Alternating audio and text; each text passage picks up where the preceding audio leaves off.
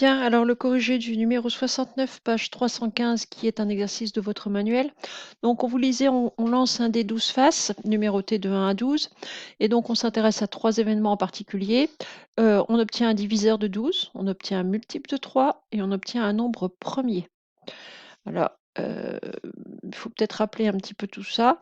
Les diviseurs de 12, donc ce sont les nombres qui divisent 12, c'est-à-dire pour lesquels, lorsque je divise 12 par ce nombre, le résultat est un nombre entier. Un multiple de 3, schématiquement, c'est un nombre qui est dans la table de 3. La table de 3 au sens très large, c'est-à-dire qu'on ne s'arrête pas à 3 fois 10. Alors ici, de toute façon, on va aller jusqu'à 12, mais enfin, 3 fois 27, par exemple, est un multiple de 3. Et enfin, on obtient un nombre premier. Alors ça, c'est ce qui est peut-être le plus difficile. Un nombre premier, c'est un nombre qui n'est divisible que par 1 et lui-même. Donc qui n'a que 2 diviseurs, à savoir 1 et lui-même. Donc on va y revenir, mais c'est un nombre qui n'a pas de diviseur autre que ces deux-là. Alors d'ailleurs, 1 n'est pas un nombre premier puisque du coup 1 n'a qu'un diviseur. Donc un nombre premier doit avoir 2 diviseurs et exactement 2. Donc on ne va pas le considérer que 1 est un nombre premier. Voilà, donc on va d'abord calculer la probabilité de ces 3 événements-là. Alors on va regarder ce qu'on met dans A, dans B, dans C. Donc ici, dans A, donc je vais mettre les diviseurs de 12.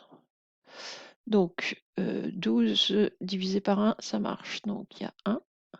12 divisé par 2, ça fait 6. Donc il y a 2. 12 divisé par 3, ça fait 4. Donc on va retrouver le 4. Ensuite, 12, c'est 2 fois 6.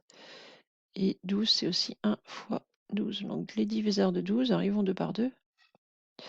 Dans la liste, on a 1 fois 12, 2 fois 6, 3 fois 4. Ce sont les seules multiplications qui donnent 12. Donc les diviseurs de 12, ici, on en a 6. Donc la probabilité de A... Alors, je me suis peut-être un peu... Je vais peut-être aller un petit peu vite. Mais 5 n'est pas diviseur de 12, 7, 8, 9, 10 et 11 non plus.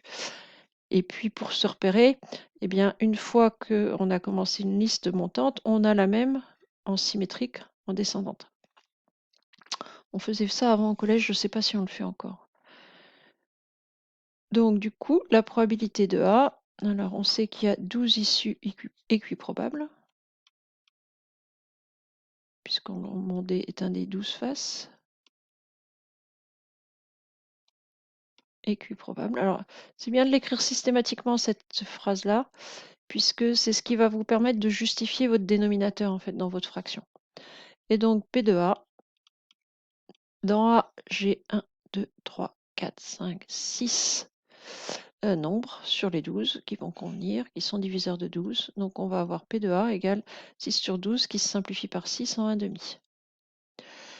L'événement B, obtenir un multiple de 3. Donc, quand je lance un dé, qu'est-ce que je peux avoir comme multiple de 3? Alors, je peux avoir 3 fois 1, 3. 3 fois 2, 6. 3 fois 3, 9. 3 fois 4, 12. Et puis, c'est pas la peine d'aller chercher plus loin, puisque de toute façon, mon dé s'arrête à 12. Donc, P de B, il y a 4 éléments dans B, donc ça va être 4 sur 12, qu'on peut simplifier par 4 en 1 tiers. Et enfin, donc, C, obtenir un nombre premier. Donc, les nombres premiers, je répète, sont ceux qui ont 2 diviseurs, 1 et eux-mêmes. Donc 1, lui, n'a qu'un diviseur, donc ça ne marche pas. 2, c'est 1 fois 2 et c'est tout. 3, c'est 1 fois 3 et c'est tout. Vous ne trouverez jamais ces nombres-là ailleurs que dans leur propre table. 4, par contre, il figure dans la table de 2, donc ça ne va pas. 5, oui, qui n'est que 1 fois 5. 6, qu'on peut écrire 2 fois 3, donc qui n'est pas premier, il est ailleurs que dans sa propre table.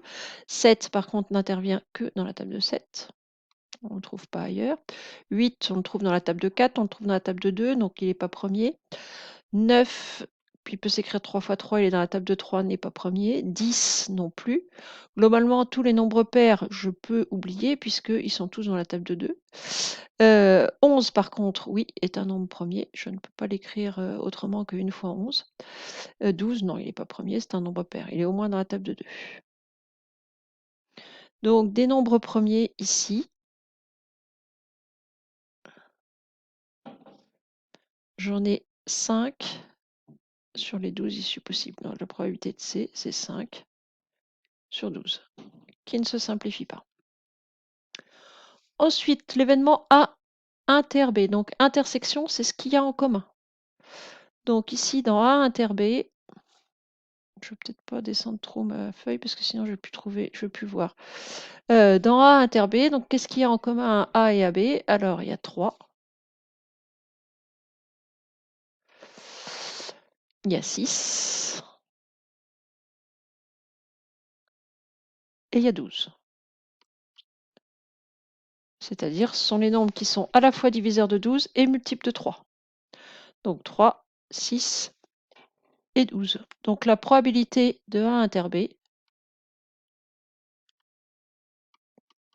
ça va être égal à 3 sur 12. Fraction que je peux simplifier par 3 en 1 quart. Ensuite, dans A inter C, qu'est-ce que j'ai en commun à A et à C? Alors, il y a 2, 3, et c'est tout. Si j'écris la phrase, hein, c'est les nombres qui soient diviseurs de 12 tout en étant premiers. Donc il n'y a que 2 et 3. Tous les autres ne sont pas premiers puisqu'ils sont pairs. Donc la probabilité de A inter C ici, ça va être égal à 2 sur 12. Je peux simplifier par 2, ça va être égal à 1 sixième. Et enfin, dans B inter C, qu'est-ce que j'ai en commun à B et à C? Alors si je prends la phrase et je veux un multiple de 3 qui soit premier, bah, ça va être vite vu. Il n'y a que 3. Puisque si c'est un multiple de 3, s'il est dans la table de 3, il ne peut pas être premier, sauf si c'est 3 lui-même. Donc du coup, B inter C, c'est juste 3, et donc la probabilité de B inter C, ça va être égal à 1 sur 12. Voilà, donc cet exercice qui permet de revoir la notion de diviseur, de multiple, de nombre premier. Pour le reste, il n'y a rien de très compliqué.